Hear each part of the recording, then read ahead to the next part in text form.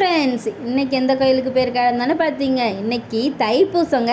அதனால் நாங்கள் எங்கே போயிட்டோம்? முருகன் கோயிலுக்கு போயிட்டோம். இது பிள்ளையாரப்பா, இனி நான் காமிக்கிறது முருகர். அதனால் இது இந்த கோயிலில் எங்கே இருக்குன்னா திருநகர், அதாவது புல்லுவலை பக்கத்தில் உள்ள திருநகரில் தான் இந்த கோயில் இருக்குது. செம்மையாக இருக்குங்க.